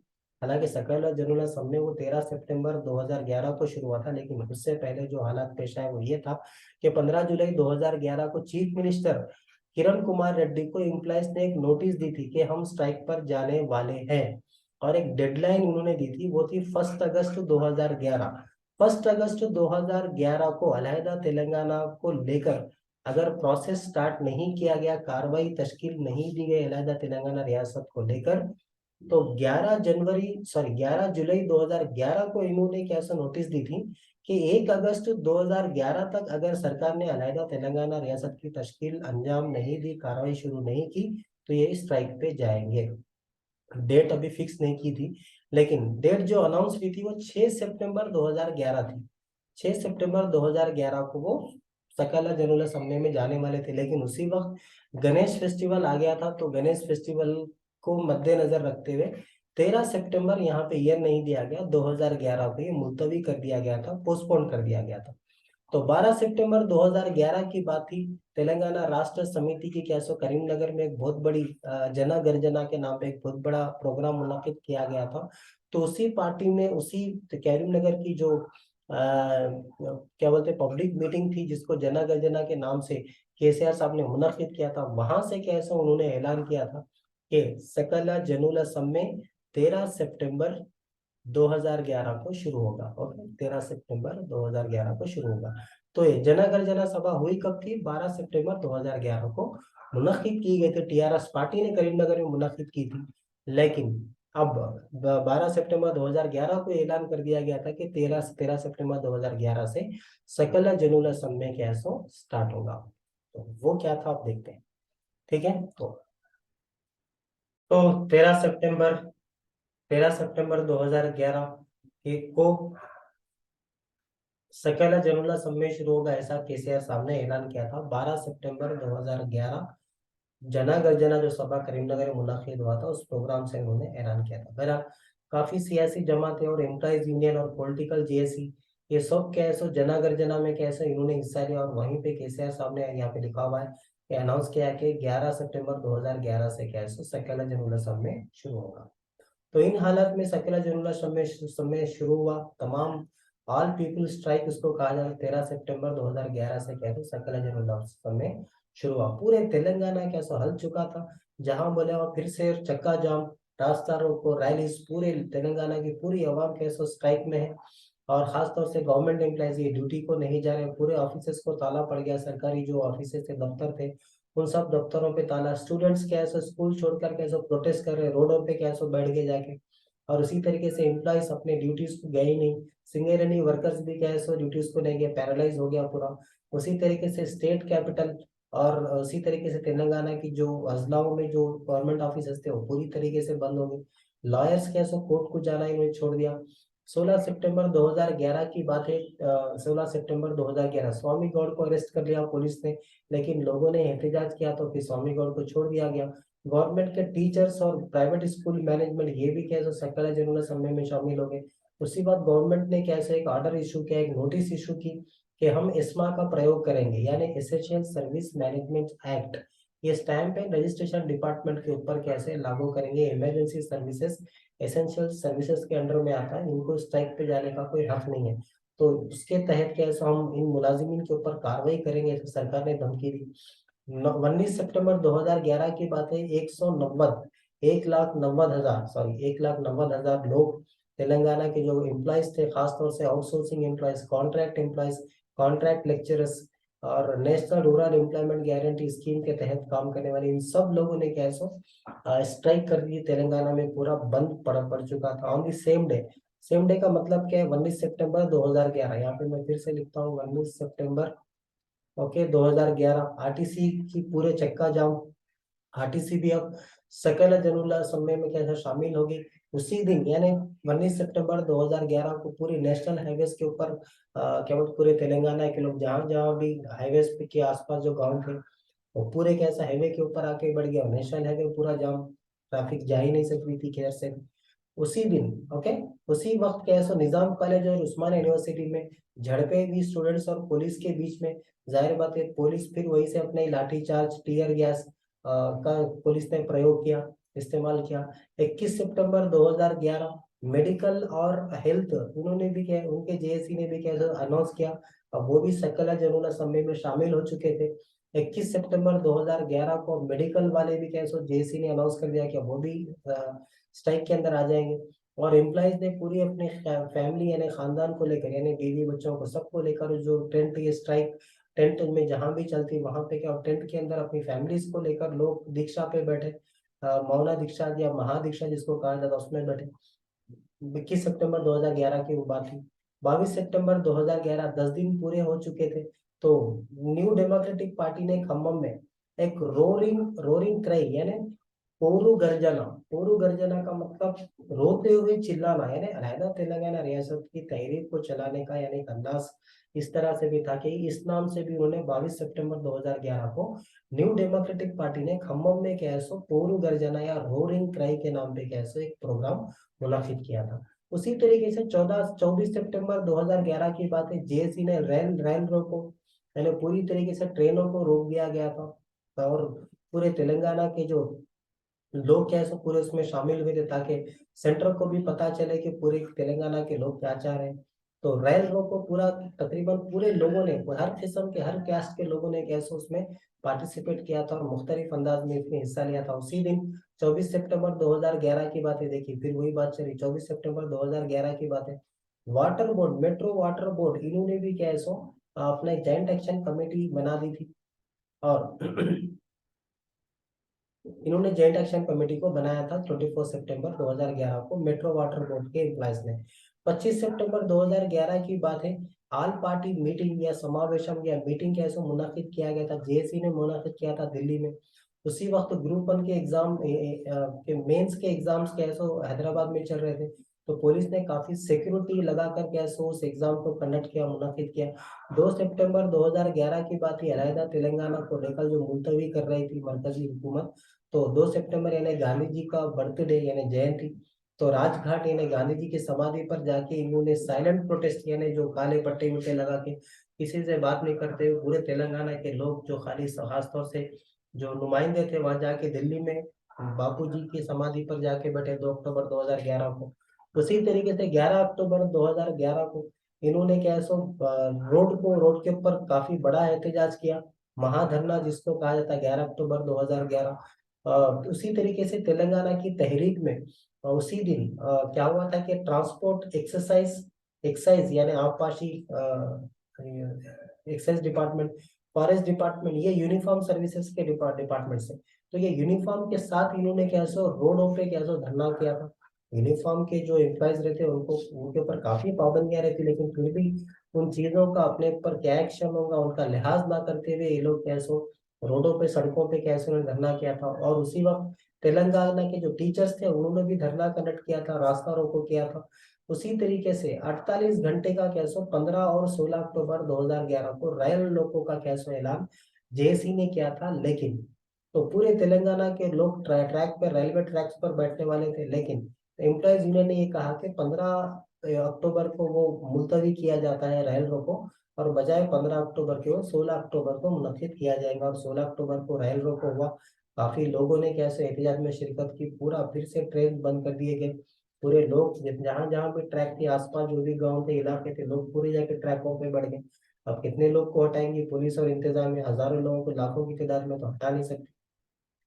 17 अक्टूबर 2011 की बात है, हाई कोर्ट के एम्प्लॉयज ने भी बाइकआउट कर दिया, ड्यूटी से बाइकआउट कर दिया। और सकला जमुना समय हाईकोर्ट के एम्प्लॉय यानी अब कोर्ट का पूरा कारकर्दगी ठप पड़ चुकी थी। 23 अक्टूबर 2011 को टीचर्स ने ऐलान किया, खासतौर से पॉलिटेक्निक के टीचर्स ने, कि हम सकला जमुना समय को रोक रहे हैं। उसी वक्त मुलाजिमीन की क्या सरकार से बातचीत हुई और स्वामी गौड़ ने ये ऐलान किया कि हम सकला जमुना समय को रोक रहे हैं। फाइनली सकला जमुना समय 24 अक्टूबर 2011, यहाँ पे डेट नहीं दी गई, मैं यहाँ पे लिख रहा हूँ।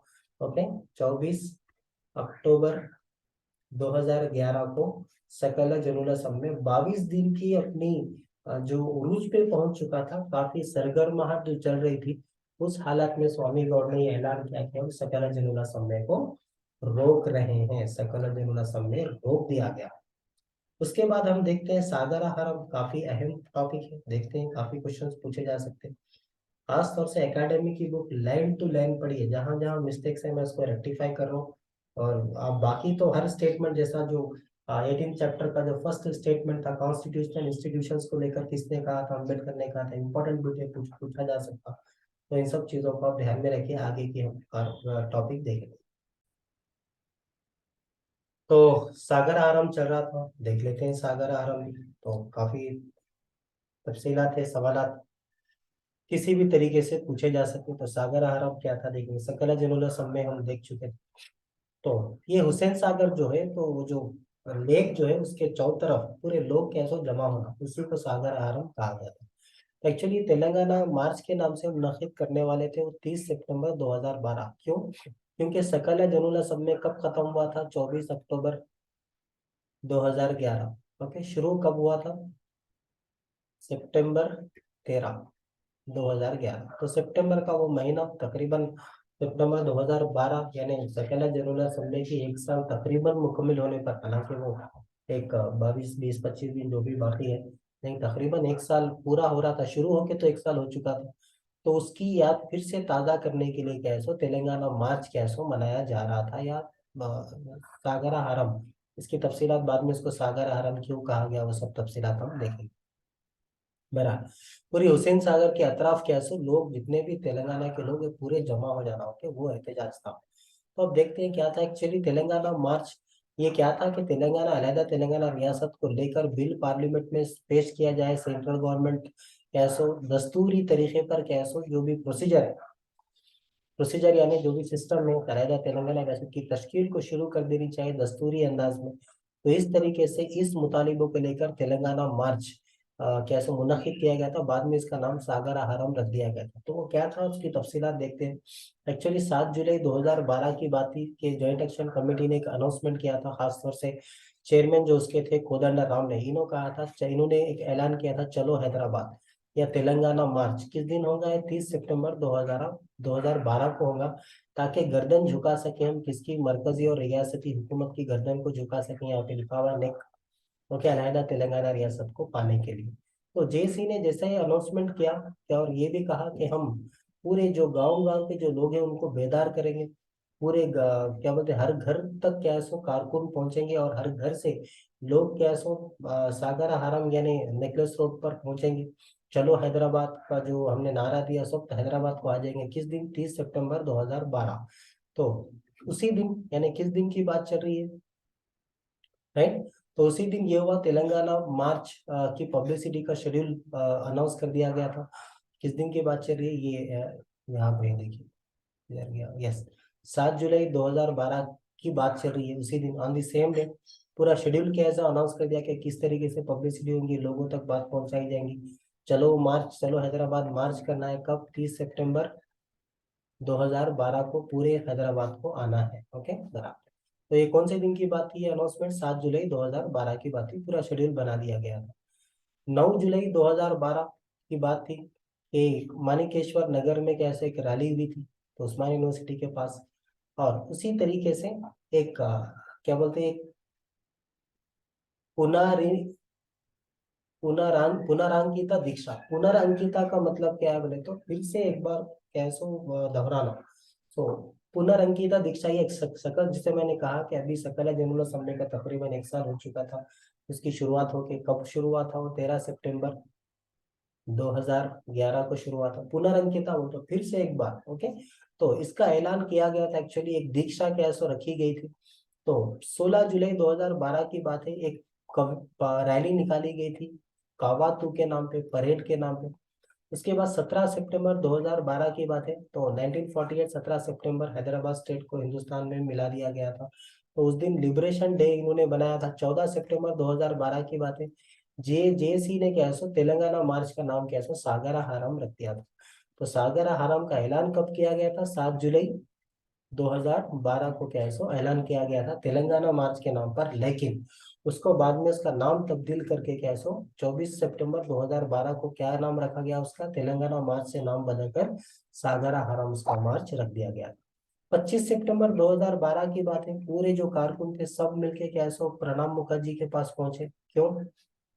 वहां पे उनको एक याददाश्त पेश की कि हमको अमन तरीके से क्या है सो परमिशन दे सागर हराम करने का, क्योंकि सरकार नहीं मान रही थी। क्योंकि मिलियनियम मार्च देख चुकी थी 10 मार्च 2011, आपको याद होगा। 10 मार्च 2011 मिलियनियम मार्च का अंजाम देख चुकी थी, पुतले जला दिए गए थे, काफी हंगामा हुआ था टैंक बंड पे। अब फिर से सागर हराम हो रहे, तो सरकार परमिशन नहीं दे रही थी, तो प्रणब मुखर्जी प्रेसिडेंट के पास कारपुर पहुंच गए और उनसे इजाजत मांगी कि आप हमारी मदद करें बहैसियत प्रेसिडेंट, सदर जमहूरिया के तौर पर, क्योंकि प्रणब मुखर्जी तेलंगाना के हालात से काफी वाकिफ थे। 8 जुलाई 2005 की बात है, प्रणब मुखर्जी कमेटी भी बनाई गई थी, हम पिछले लेक्चर्स में वो सब पढ़ के आ गए। फिलहाल गवर्नमेंट ने क्या किया कि क्या परमिशन देने से इनकार कर दिया, मना कर दिया, क्योंकि उनको याद था, काफी खौफ था कि कहीं तहस नहस यानी फिर से कुछ गड़बड़ ना हो जाए, क्योंकि देख चुके थे आंध्रा के जो मुजस्सिमों को जिस तरीके से वहां पे 10 मार्च 2011 को जो मिलीनियम मार्च में अंजाम देख चुके थे, और ये हालत थी। तो सरकार ने ये कहा कि 29 सितंबर 2012 को गणेश का जो त्योहार है, तो आप इस त्योहार के जिम्मन में काफी लोग वहाँ पे, यानी त्योहार जब होगा तो जाहिर बात है वहाँ पे जो मुजस्सिमों को पानी में डालने के लिए जो दिगर मजहब के जो लोग हैं वो वहाँ पे आते हैं। तो अब वहाँ पे आप सागर आराम करेंगे तो काफी तकलीफ हो जाएगी। 29 और एक ही दिन का वक्फा है, तो ये पॉसिबल नहीं है, मुनासिब नहीं है। और उसी वक्त कैसे 1 अक्टूबर 2012 को एक इंटरनेशनल कॉन्फ्रेंस होने वाली थी, United Nation organisation international biodiversity conference के नाम पे एक कॉन्फ्रेंस होने वाली थी।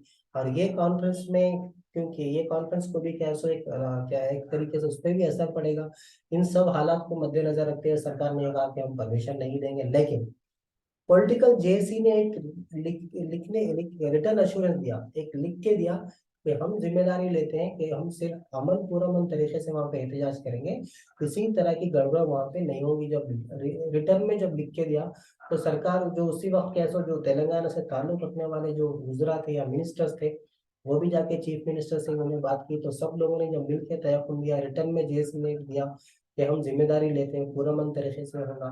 तो इन हालत में गवर्नमेंट क्या है परमिशन गवर्नमेंट ने दे दिया है। 30 सितंबर 2012 को सागरा हारम होने वाला। लेकिन ये टैंक बंड से क्या है मुंतकिल कर दिया गया था नेकलेस रोड को। क्यों? क्योंकि टैंक बंड में ऑलरेडी अंजाम देख चुके थे। कब का? 10 मार्च 2011 मिलीनियम मार्च। ओके, तो अब टैंक बंड पे हुआ था। अब बोले गवर्नमेंट बोली कि नहीं नहीं, टैंक बंड नहीं, अब आप कहा जाइए पीछे के हिस्से में चले जाओ। तो वहां पे प्रोग्राम को शिफ्ट कर दिया गया।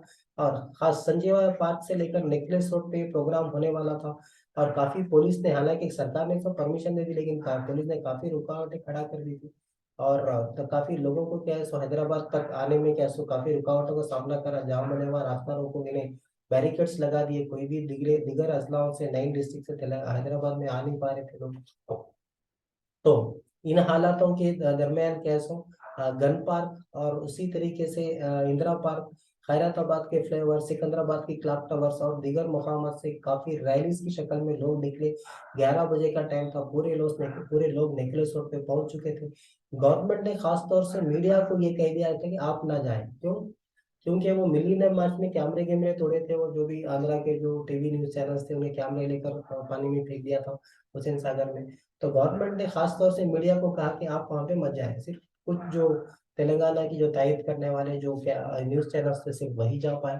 तो इन हालात में पुलिस ने क्या सो काफी कड़े इंतजाम किए, बैरिकेड्स लगा दिए ताकि कम से कम लोग वहां पे शिरकत कर सके। लेकिन फिर भी हजारों की तादाद में वहां पे लोगों ने अपना एहतजाज किया, लोग वहां पर पहुंचे। कांग्रेस और टीडीपी के एमएलए को छोड़कर और इन पार्टी से ताल्लुक रखने वाले अरकान को छोड़कर दीगर जो पॉलिटिकल पार्टीज थी, टीआरएस होगी, BJP, CPI, new democratic party, इन सब लोगों के अरकान ने क्या है सागर हारा में हिस्सा लिया था। और खास तौर से गदर और विमला का भी वहां पे पहुंचे थे, हालांकि वो जेएसी का हिस्सा नहीं थे, लेकिन वो भी पहुंचे, अपने हामियों को लेकर वहां पे पहुंचे, फनकारों को लेकर वहां पे पहुंचे, वहां पे पाए गए थे। नेकलेस रोड पे गदर भी वहां पे पहुंचे थे अपने हामियों को लेकर।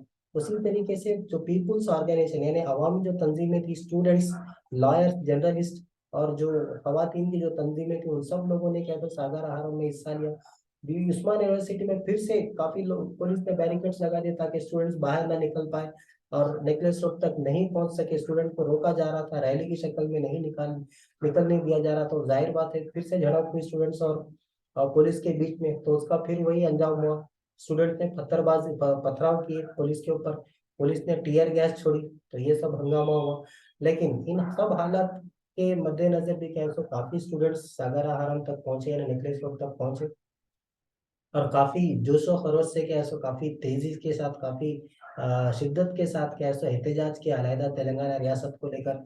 11 बजे ये प्रोग्राम शुरू हुआ था, शाम के 7 बजे तक की परमिशन थी, लेकिन suddenly all of a sudden JAC ने अनाउंस कर दिया कि कोई भी 7 बजे के बाद भी एहतजाज जारी रहेगा। अब सरकार परेशान होगी, तो हमने तो परमिशन दिया था 7 बजे तक, अब 7 बजे के बाद भी जेएसी कह रही है कि कोई भी अपने मुकाम को ना छोड़े, और वहीं पे क्या सब अपने एहतजाज करते रहे, जारी रखें जब तक कि जेएसी ना कहे। अब लोग वहीं पर रुके 7 बजे, हालांकि जाना था, परमिशन 7 बजे तक की था। लेकिन इन हालात में क्या है, सो जितने भी जो लोग वहां पे जो शिरकत करे थे, उन सबको बिखरने के लिए पुलिस ने टीयर गैस छोड़ी, लेकिन उसका भी कोई असर नहीं हुआ। लेकिन वो कुदरती एक निजाम था, अल्लाह की जो मर्जी, मेरा कुदरती निजाम, नेचुरल कॉज जो कहा जाता है, नेचर कुदरती तरीके। काफी जोरों की बारिश होगी, तो जब फिर टीजेएसी ने, जॉइंट एक्शन कमेटी ने ऐलान किया कि हम सागर हारम को रोक रहे हैं। अगर बारिश ना होती तो शायद फिर वो कब तक बढ़ते और किस तरह का दबाव आता सरकार के ऊपर, मरकजी सरकार और रियासती सरकार के ऊपर, पता नहीं। बहरहाल गवर्नमेंट ने प्रिवेंटिव डिटेंशन एक्ट यानी पहले ही अजलाई सतह पर भी कैसो जो काफी डिस्ट्रिक्ट्स में काफी लीडर्स को कैसो गवर्नमेंट ने हैदराबाद को शुरू होने से पहले ही, अपने सफर शुरू करने से पहले ही, काफी जो अहम लीडर्स थे उनको अरेस्ट करके पुलिस अपने कंसर्न पुलिस स्टेशन में उनको बिठा दिया था प्रिवेंटिव डिटेंशन के तहत। और 35 केसेस क्या है सो फाइल किए गए थे तमाम एजिटेटर्स के ऊपर, जो मिलीनियम मार्च में भी हुआ था कुछ इसी तरीके से। और खास तौर से अब क्योंकि वो सागर आहरम हुआ कब था, 30 सितंबर 2012 को, तो जाहिर बात है 1 अक्टूबर, 2 अक्टूबर, 2 दिन के बाद गांधी जी की जयंती है। तो जिन लोगों पे गलत तरीके से पुलिस पुलिस और सरकार ने केसेस फाइल किए थे, तो बापू घाट पे गांधी जयंती के दिन जेएसी के लोग पहुंचे और साइलेंट प्रोटेस्ट किया, वो काला कपड़ा लगा के फिर से उन्होंने एहतजाज किया कि सागर हारा में 30 सितंबर 2012 को गलत तरीके से किसी बिना किसी वजह के हम पर केसेस फाइल कर दिए गए। ओके, तो एहतजाज किया था बहरहाल दो गांधी जयंती के दिन, 2 अक्टूबर 2012। ओके, बापू घाट पे पहुंच के इन्होंने एहतजाज किया था। अब हमारा जो अगला टॉपिक है वो है संसद यात्रा या पार्लियामेंट मार्च, इसको भी देख लेते हैं। तो हम संसद यात्रा देख रहे थे, हमारे इस 18 चैप्टर के पहले सेशन का ये आज आखिरी टॉपिक है। हम बाकी की चीजें दूसरे सेशन में देखेंगे। तो देख लेते हैं संसद यात्रा क्या है। तो हुआ ये था कि संसद यात्रा किस जिम्मन में और क्या हुआ था देख लेते हैं। संसद यात्रा मतलब पार्लियामेंट तक यहाँ के लोग जाएंगे। अब तेलंगाना की जॉइंट एक्शन कमेटी ने कैसे कई प्रोग्राम मुनक्किद किए थे ताकि मरकजी हुकूमत पे दबाव पड़े, तो उसी का एक और कड़ी थी कि संसद यात्रा मुनक्किद की गई थी। तो पॉलिटिकल जेएसी ने एक अनाउंसमेंट दिया था कि 29 और 30 मार्च को, जॉइंट एक्शन कमेटी ने ऐलान किया था 29 और 30 मार्च, सॉरी 29 और 30 अप्रैल 2013, 29 और 30 अप्रैल 2013 को जंतर मंतर न्यू दिल्ली के अंदर संसद मार्च यानी संसद यात्रा मुनक्किद की जाएगी। ओके, तो जेसी ने यह भी एक ऐलान किया कि सत्याग्रह, जिस तरीके से गांधी जी ने अहिंसा के मार्ग पे सत्याग्रह किया था, उसी तरीके से यहाँ पे सत्याग्रह करें, क्योंकि कांग्रेस अभी तक कुछ चलन उनके अंदर नहीं आ रहा है ना तेलंगाना रियासत को लेकर। तो इस जुम्मन में साउथ सेंट्रल रेलवे ने एक अहम काम किया था, एक स्पेशल ट्रेन इनको दी थी दिल्ली तक सफर के लिए, एक स्पेशल ट्रेन इन्होंने दी थी, और उस ट्रेन का नाम रखा गया था तेलंगाना एक्सप्रेस। तो वो ट्रेन शुरू हुई थी 27 अप्रैल 2013 को संसद यात्रा चलो दिल्ली के नारे को लेकर। और पार्लियामेंट तक ये जाने के लिए शाम के 6 बजे के टाइम पे 23 अप्रैल 2013 को ये ट्रेन निकली सिकंदराबाद रेलवे स्टेशन से। कोदंडराम ने खुद हरी झंडी दिखाकर ये ट्रेन को रवाना किया था। उसमें कई टीआरएस के कायदीन, पार्टी के वर्कर्स, जेएसी, बीजेपी के अरकान, new democratic party, Telangana Nagar Samiti, TNGOs के employees, non gazetted officers, officers association, TGO जिसको कहा जाता, उसी मुख्तलिफ तंजीमें, एम्प्लॉइज की तंजीमें, आरटीसी के, सिंगरेनी के लोग, teachers union, lecturers, JSC, students की जेएससी के लोग, उसी तरीके से एडवोकेट यानी वकील तबकात के लोग यानी एडवोकेट्स, और 2000 तकरीबन 2000 तक के जो आम जो जनता थी वो भी कैसो इस ट्रेन में कैसो मौजूद थी। ओके, तो ये क्या करने वाले थे? सत्याग्रह यानी सत्याग्रह दीक्षाएं करने वाले। तो 29 अप्रैल 2013 को ये शुरू हुई दिल्ली के अंदर, क्योंकि ट्रेन पहुंच चुकी थी 27 अप्रैल को जब निकली, तो 27 और 28 तो पहुंच चुकी। तो 29 अप्रैल 2013 को स्ट्राइक शुरू हुई। तो इस स्ट्राइक का इनाग्रेशन किसने किया? सुमित चक्रवर्ती, उस वक्त जो मशहूर सहाफी थे, उन्होंने कैसे इस स्ट्राइक की शुरुआत की थी यानी इनाग्रेशन किया था वहां पे आकर। तो पीपीआई के जो नेशनल सेक्रेटरी थे जिनका नाम था सौरवरम सुधाकर रेड्डी, और बीजेपी को जो लीडर थे प्रकाश जावड़ेकर, वो वहां पर पहुंचे और सत्याग्रह करने वाले तमाम लोगों का कैसे उन्होंने साथ दिया, उनके साथ उनकी हिमायत की। कोदंडराम इस मौके पर बात करते हुए कहा कि सेंट्रल गवर्नमेंट को हम धमकी दे रहे हैं, अगर वो तेलंगाना एजुटेशन को लेकर किसी किस्म की कार्रवाई नहीं करेगी, अलहदा तेलंगाना रियासत की अगर तश्कील नहीं देंगे, तो हम चलो असेंबली को मुनक्किद करेंगे। अब दूसरा दिन आ गया, 30 अप्रैल 2013, दूसरा दिन शुरू हो गया। तो सोनिया गांधी के घर का इन्होंने घेराव करने की कोशिश की। तो पुलिस ने भांप लिया था इनकी हरकतों को, और वहां से इनको क्या बोलते हैं, पुलिस ने अपना एक्शन लिया। तो फिर वे वहां से कांग्रेस पार्टी के ऑफिस से घेराव करने की कोशिश की, फिर से पुलिस ने मदाखिलत की। तो फाइनली ये सोनिया गांधी के जो OSD officer officer on special duty जो रहते हैं, वो उनसे मुलाकात की कर करके सोनिया गांधी के ऑफिस पे गया, और उनसे एक इल्तिजा की ओएसडी से कि जितने भी लोगों के ऊपर जो गलत मुकदमा दर्ज किए गए वो मुकदमा सरकार वापस ले ले। और उसी वक्त स्टूडेंट जो थे वो पार्लियामेंट के अंदर ही इन्होंने घुसने की कोशिश की थी। एक आउट गेट रहता वहां से पार्लियामेंट के अंदर इन्होंने घुसने की कोशिश की थी। तो उस वक्त सुषमा स्वराज जो जंतर मंतर के पास, वो वहां पर आई, उमा भारती भी आई, स्मृति ईरानी आई, और सत्याग्रह करने वाले लोगों से मुलाकात की दूसरे दिन यानी 30 अप्रैल 2013 की ये बात है। और बीजेपी ने कहा कि हम सपोर्ट करते हैं आपका अलहदा तेलंगाना की बिल को, अगर कांग्रेस बरसर इख्तियार हुकूमत अगर पार्लियामेंट में रखेंगे कि हम तेलंगाना बिल की तायद करेंगे, हमारे एमपी पूरी तायद करेंगे, बिल पास हो जाएगा, ऐसा उन्होंने कहा था। उसी वक्त संसद यात्रा के टाइम पे, और क्योंकि कांग्रेस के जो एमपी थे वो गांधी जी के जो मुजस्सिमे के पास जाके बैठ गए, सिट डाउन स्ट्राइक इन्होंने की, 48 घंटे की सिट डाउन स्ट्राइक इन्होंने की थी, तेलंगाना बिल को पार्लियामेंट में रख दिया जाए इस डिमांड को लेकर। तो तेलंगाना की जो प्रॉब्लम्स थी ये वंस अगेन ये फिर से एक बार संसद यात्रा के जरिए क्या है सो लोगों की जो ख्वाहिश है उसकी तो उनकी तमन्ना को पूरा करने के लिए, जो इनकी ख्वाहिश थी हिंदुस्तानी सतह पर लोगों को अपनी डिमांड बताने के लिए, जागरूक करने के लिए क्या है सो ये कामयाब हुए। उसके बाद चलो असेंबली भी देख लेते हैं। चलो असेंबली क्या है? चलो असेंबली एक प्रोग्राम को क्या था, बीएससी ने अनाउंस किया था, जैसा संसद यात्रा में धमकी दी थी उसी की कड़ी थी। चलो असेंबली ये मुनक्किद करने वाले थे 14 जून यानी 14 जून 2013 को। तेलंगाना रियासत के बिल को पार्लियामेंट में पेश कर दिया जाए इस वाहिद डिमांड को लेकर, मुतालिबे को लेकर। तो चलो असेंबली को का ऐलान कर दिया गया था, ताकि तेलंगाना की लोगों की जो ख्वाहिश है वो सेंट्रल गवर्नमेंट और यानी मरकजी हुकूमत और रियासती हुकूमत को ये अल्फाज पहुंच जाए। तो स्टूडेंट्स, लॉयर्स और मुख्तलिफ अवामी जो तंजीमें थी उन लोगों ने भी सपोर्ट किया था चलो असेंबली का, खासतौर से जेएसी मेंबर्स, टीआरएस के जो अरकान वो, और तेलंगाना के जो मिनिस्टर्स थे, उन सब लोगों ने क्या है सो परमिशन लेने के लिए, चलो असेंबली के लिए परमिशन लेने के लिए चीफ मिनिस्टर नल्लारी किरण कुमार रेड्डी से उन्होंने मुलाकात की। चीफ मिनिस्टर ने एक अजीब जवाब दिया। उन्होंने ये कहा कि आप चलो असेंबली यानी असेंबली का घेराव करने वाले हैं। आप कौन से दिन असेंबली का घेराव करने वाले हैं? 14 जून 2013। आप एक काम कीजिए, हम असेंबली के घेराव का परमिशन आपको देंगे, आप असेंबली का घेराव कर लीजिए, लेकिन असेंबली के सेशंस खत्म होने के बाद, असेंबली खत्म होने के बाद घेराव कर लो भाई। तो क्या जेएसी क्या अपनी बेवकूफ थोड़ी है कि चीफ मिनिस्टर कह दें कि अभी नहीं, आप प्रोग्राम को मुलतवी कर दो। जेएसी ने जवाब दिया, और तेलंगाना के जो कायदीन थे उन्होंने भी एहतजाज किया कि चलो असेंबली, अगर असेंबली के सेशन खत्म होने के बाद उसकी अहमियत ही क्या रहती, चलो असेंबली मुनाकिद कर दिया, असेंबली के सेशन जब चलते तब अगर चलो असेंबली मुनाकिद करे तो उसकी अहमियत रहती, वरना उसकी अहमियत ही क्या रहती।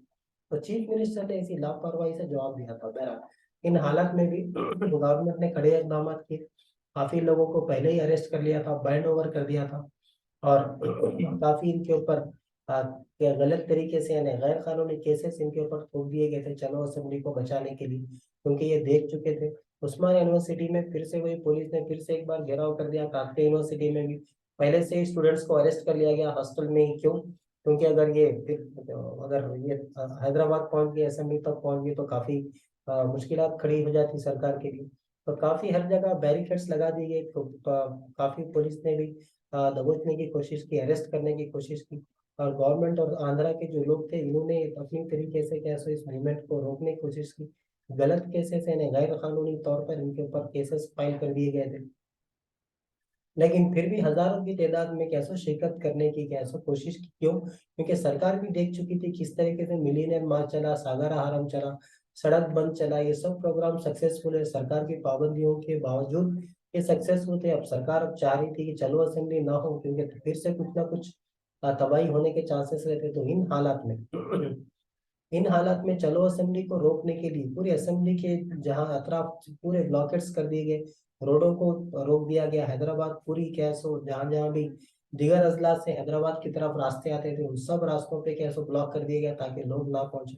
तो इन हालात में भी हैदराबाद से पूरी सिटी में कैसो पुलिस तैनात कर दी गई थी, जहां बोले वहां पुलिस हैदराबाद के अंदर। और टीवी चैनल से ये इल्तिजा कर दी गई थी कि आप किसी किस्म का टेलीकास्ट ही ना करें। वो ज्यादा आवाम आ गई असेंबली पे चढ़ के अगर आ गई तो फिर वो टेलीकास्ट अगर देखे लोग वहां भड़क जाते। उधर आंध्रा के लोग भड़केंगे, इधर तेलंगाना के लोग होते, टीवी के जो चैनल्स थे उनको ये रिक्वेस्ट कर दी गई थी कि आप टेलीकास्ट ही ना करें। ओके। तो इन हालात में जो एसएमएस थे उन बल्क एसएमएस उस वक्त भेजे जाते थे, अब तो खैर व्हाट्सएप है। तो बल्क एसएमएस इन सब को भी इंटरनेट के जरिए वो सब रोक दिया गया था। और जो भी इंदिरा पार्क, अशोक नगर, खैरताबाद, अफजलगंज, काचीगुडा, इन सब लोगों से जितनी भी रोडें आती थी उन सब लोगों को, उन सब रास्तों को ब्लॉक कर दिया गया था। 14 जून 2012 चलो असेंबली डे हालांकि आ ही गया, देखते देखते वो दिन आ गया, और सरकार ने काफी चालाकी से उस दिन असेंबली को ही कैंसिल कर दिया डर के मारे। तो ये हालात पेश आए थे। तो क्योंकि असेंबली को ही मुलतवी कर दिया गया था, उस दिन सेशन ही नहीं रखा गया, तो जितने भी कांग्रेस के यानी उस वक्त जो तेलंगाना खत्ते से ताल्लुक रखने वाले जितने भी एमएलए थे वो असेंबली में जाने में कामयाब हो गए, और असेंबली का घेराव उन्होंने करने की कोशिश की, पुलिस ने उनको अरेस्ट किया। बहरहाल इन हालात में इन एमएलए के साथ पुलिस ने कैसो काफी स्टूडेंट्स, लॉयर और जर्नलिस्ट को भी कैसो अरेस्ट किया था। काफी लोगों को पहले से ही बैंड ओवर कर दिया गया था, और हजारों की तादाद में कैसे लोगों को ढूंढ ढूंढ कर कैसे पुलिस ने अजलाई सतह पर ही कैसे उनको अरेस्ट कर लिया था। और काफी आयरन फेंसिंग यानी जो वही जो नोकीली जो तारें जो लगाई जाती ताकि फांग कर ना आ सके, लेकिन फिर भी लोगों ने इन सब चीजों का भी परवाह ना करके उसको फांग कर आगे थे। काफी तादाद में लोगों ने असेंबली का घेराव करने की कोशिश की थी। तो जितने भी तेलंगाना के हामी थे वो जे अगर इत्तेफाक से असेंबली तक पहुंच भी नहीं पाए तो जहां पे पुलिस वालों ने जिस जगह रोड पे रोक दिया वहीं बैठ के ये रोड पे बैठ के कैसे एहतजाज इन्होंने शुरू कर दिया था। तो ये हालात उस वक्त पेश आए थे। अब देखते हैं हंगर स्ट्राइक, ये हंगर स्ट्राइक क्या है, इंशाल्लाह हम अगले सेशन में इन सब चीजों को मुकम्मल करेंगे। So for today, thank you very much. Have a nice time.